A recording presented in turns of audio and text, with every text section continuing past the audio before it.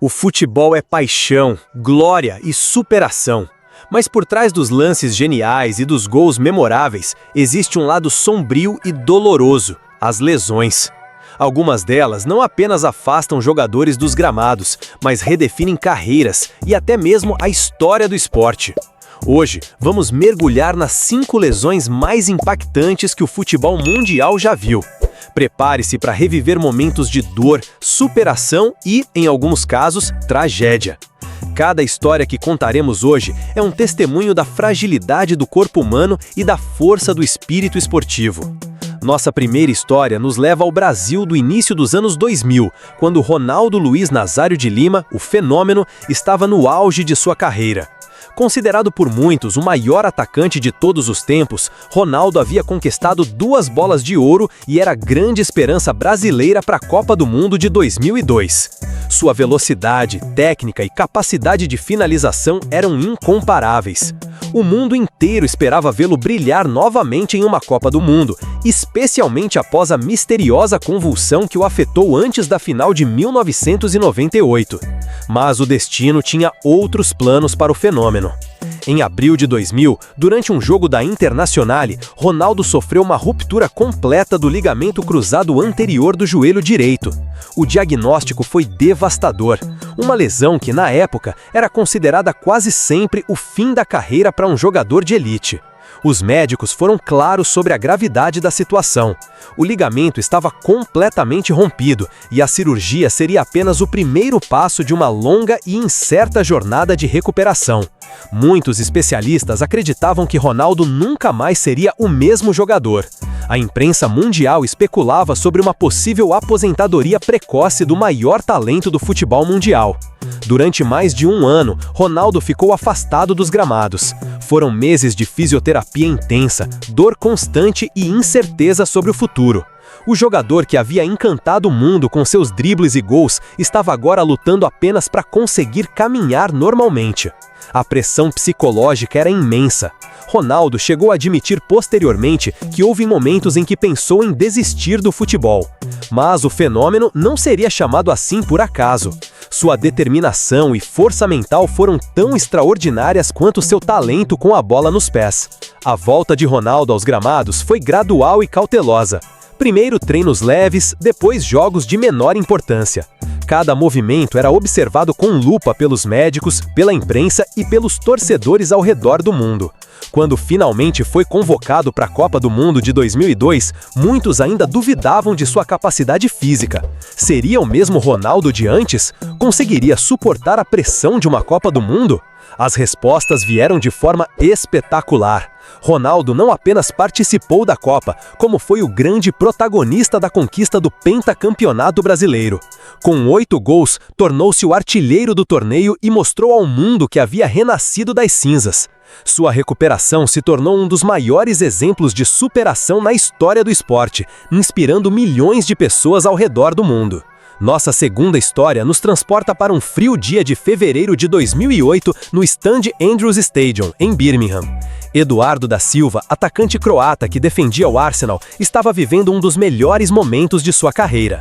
Conhecido por sua técnica refinada e faro de gol apurado, Eduardo havia se estabelecido como uma das principais promessas do futebol europeu. Aos 25 anos, parecia ter um mundo aos seus pés. Mas em questão de segundos, tudo mudaria para sempre. Durante uma partida contra o Birmingham City, Eduardo recebeu uma entrada brutal de Martin Taylor, defensor da equipe adversária. O impacto foi tão violento que resultou em uma fratura exposta na perna esquerda do atacante. A cena foi chocante. O osso perfurou a pele e ficou visível, causando horror nos jogadores, na comissão técnica e nos torcedores presentes no estádio. O fisioterapeuta do Arsenal, Gary Lewin, descreveu posteriormente o momento como um dos mais traumáticos de sua carreira, relatando que havia visto o osso sair da meia do jogador. A reação dos companheiros de equipe foi imediata. Muitos companheiros se afastaram da cena, visivelmente abalados, enquanto outros choravam abertamente. Eduardo foi imediatamente levado ao hospital, onde passou por uma cirurgia de emergência que durou várias horas. Os médicos trabalharam incansavelmente para reconstruir sua perna, inserindo placas e parafusos para estabilizar os ossos fraturados. O prognóstico inicial era reservado. Além da complexidade da fratura, havia o risco de infecção e complicações que poderiam comprometer não apenas a carreira, mas a qualidade de vida do jogador. Durante os meses seguintes, Eduardo passou por diversas cirurgias adicionais e um processo de reabilitação extremamente doloroso e desafiador.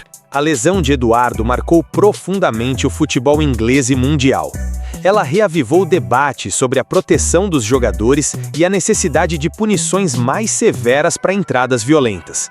Martin Taylor, o autor da falta, foi suspenso por 3 jogos, uma punição que muitos consideraram insuficiente diante da gravidade das consequências. A lesão também levou a discussões sobre mudanças nas regras do jogo e na formação dos árbitros para melhor identificar e punir jogadas perigosas. Embora Eduardo tenha conseguido retornar aos gramados após quase um ano de recuperação, ele nunca mais foi o mesmo jogador. A lesão o afetou não apenas fisicamente, mas também psicologicamente. O medo de sofrer outra lesão similar o acompanhou pelo resto da carreira, alterando seu estilo de jogo e limitando seu potencial. Sua história se tornou um símbolo da fragilidade da carreira de um atleta e das consequências duradouras que a violência no esporte pode causar. Nossa terceira história nos leva ao Brasil de 2014, quando o país inteiro sonhava com o hexacampeonato mundial em casa. Neymar da Silva Santos Júnior era a grande estrela da seleção brasileira, o jogador em quem uma nação inteira depositava suas esperanças e sonhos. Aos 22 anos, Neymar já havia se estabelecido como um dos maiores talentos do futebol mundial, encantando multidões com sua habilidade, velocidade e carisma. A Copa do Mundo no Brasil seria sua grande oportunidade de se consagrar definitivamente como um ídolo nacional e mundial. Durante as primeiras fases do torneio, Neymar brilhou intensamente. Seus gols e jogadas espetaculares emocionavam os torcedores brasileiros e confirmavam as expectativas depositadas nele. O Brasil avançava na competição com Neymar como principal protagonista, e o sonho do hexacampeonato parecia cada vez mais próximo. Mas no dia 4 de julho de 2014, nas quartas de final contra a Colômbia, tudo mudou em questão de segundos. Aos 86 minutos de jogo, quando o Brasil já vencia por 2-1 e se encaminhava para as semifinais, Juan Camilo Zúñiga, defensor colombiano, desferiu uma joelhada nas costas de Neymar durante uma disputa de bola. O impacto foi devastador. Neymar caiu no gramado gritando de dor, segurando as costas e claramente em agonia. As imagens do jogador sendo retirado de campo em uma maca, chorando e visivelmente sofrendo, chocaram não apenas o Brasil, mas o mundo inteiro. O diagnóstico veio horas depois e confirmou os piores temores: fratura na terceira vértebra lombar. A lesão de Neymar teve um impacto que transcendeu o futebol. O Brasil inteiro parou para acompanhar as notícias sobre o estado de saúde de seu ídolo. Hospitais relataram aumento no número de pessoas procurando atendimento por problemas cardíacos relacionados ao estresse emocional. A imprensa internacional cobriu o caso como se fosse um evento de importância nacional, comparando o impacto da lesão a tragédias históricas do esporte brasileiro. Sem Neymar, a seleção brasileira enfrentou a Alemanha nas semifinais em um dos jogos mais traumáticos da história do futebol brasileiro. A goleada de 7-1 sofrida para os alemães foi vista por muitos como consequência direta da ausência do craque. O time, que havia se apoiado tanto no talento e na liderança de Neymar, pareceu perdido sem sua principal estrela. A derrota não foi apenas esportiva, mas emocional, deixando cicatrizes profundas na memória coletiva do povo brasileiro. Para Neymar, a lesão representou muito mais do que um problema físico. Ela se tornou um marco divisor em sua carreira, uma cicatriz emocional que o acompanharia pelos anos seguintes. O jogador admitiu posteriormente que a frustração de não poder ajudar sua seleção no momento mais importante o afetou profundamente. A lesão também intensificou as críticas sobre seu estilo de jogo e sua tendência a sofrer faltas, gerando debates sobre a proteção dos jogadores habilidosos no futebol moderno. Nossa quarta história é diferente das anteriores, pois não se trata de uma única lesão, mas de um padrão devastador que marcou toda uma carreira. Marco Reus, meio-campista alemão, é considerado um dos maiores talentos de sua geração, um jogador capaz de decidir jogos com sua visão de jogo, técnica apurada e capacidade de finalização. Durante sua passagem pelo Borussia Dortmund, Reus se estabeleceu como um dos principais jogadores da Bundesliga e da seleção alemã. Mas sua carreira foi constantemente interrompida por uma sucessão interminável de lesões que o impediram de alcançar todo o seu potencial. O histórico médico de Marco Reus é assustador. 70 lesões ao longo de sua carreira profissional, resultando em 3 anos e 8 meses de inatividade total. Lesões musculares, problemas nos ligamentos, fraturas e contusões se alternaram de forma cruel, sempre no momento em que o jogador parecia estar atingindo seu melhor nível. O momento mais doloroso da carreira de Reus aconteceu em 2014, poucos dias antes da Copa do Mundo no Brasil.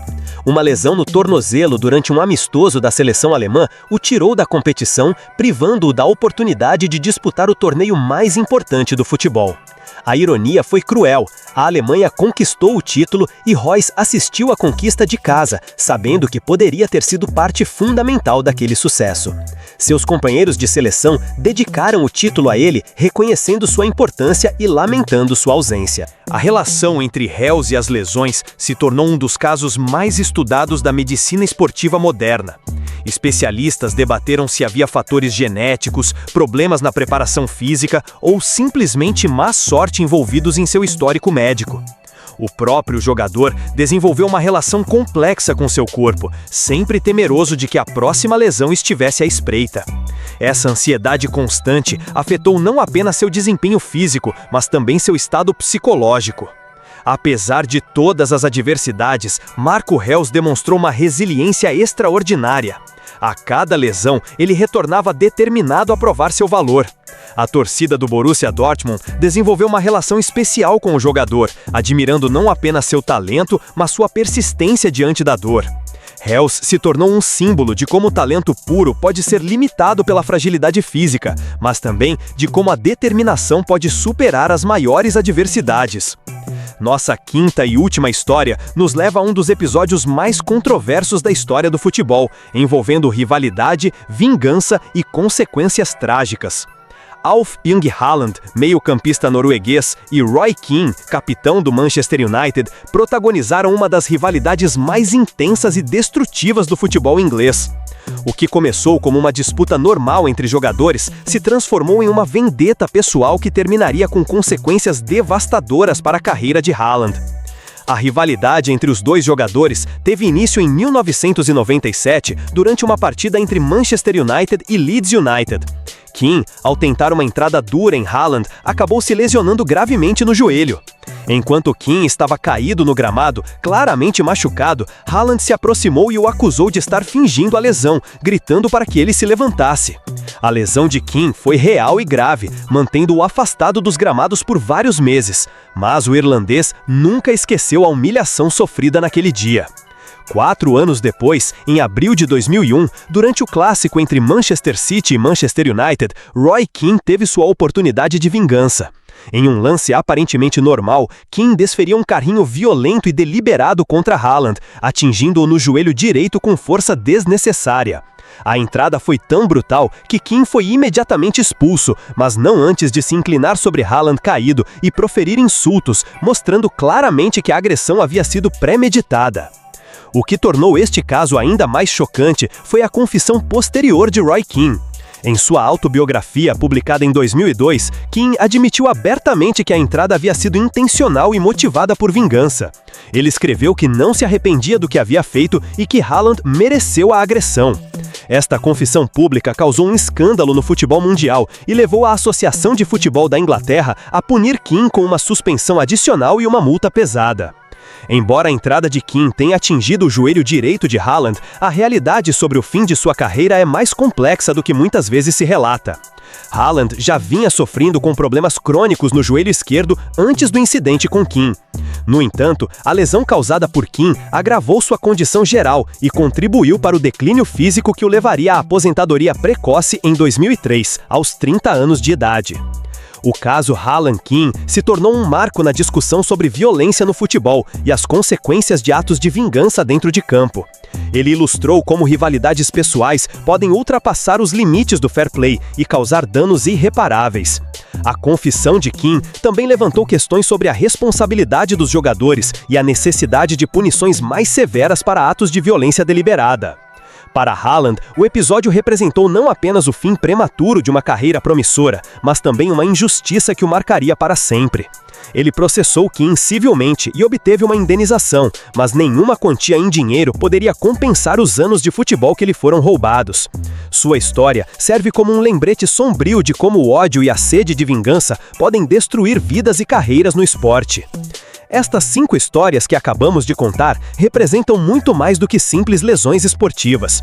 Elas são testemunhos da fragilidade humana, da força do espírito, da crueldade do destino e da capacidade de superação que existe dentro de cada atleta.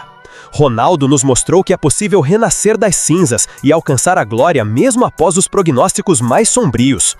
Eduardo da Silva nos lembrou da importância do fair play e das consequências duradouras da violência no esporte. Neymar viveu na pele como um único momento pode mudar o destino de uma nação inteira. Marco Reus demonstrou que o talento nem sempre é suficiente quando o corpo não colabora, mas que a persistência pode ser uma virtude ainda maior. E Alf-Inge Haaland nos ensinou sobre os perigos de levar rivalidades além dos limites aceitáveis. As lesões são uma parte inevitável do futebol, um lembrete constante da fragilidade humana em um esporte de alta intensidade e contato físico.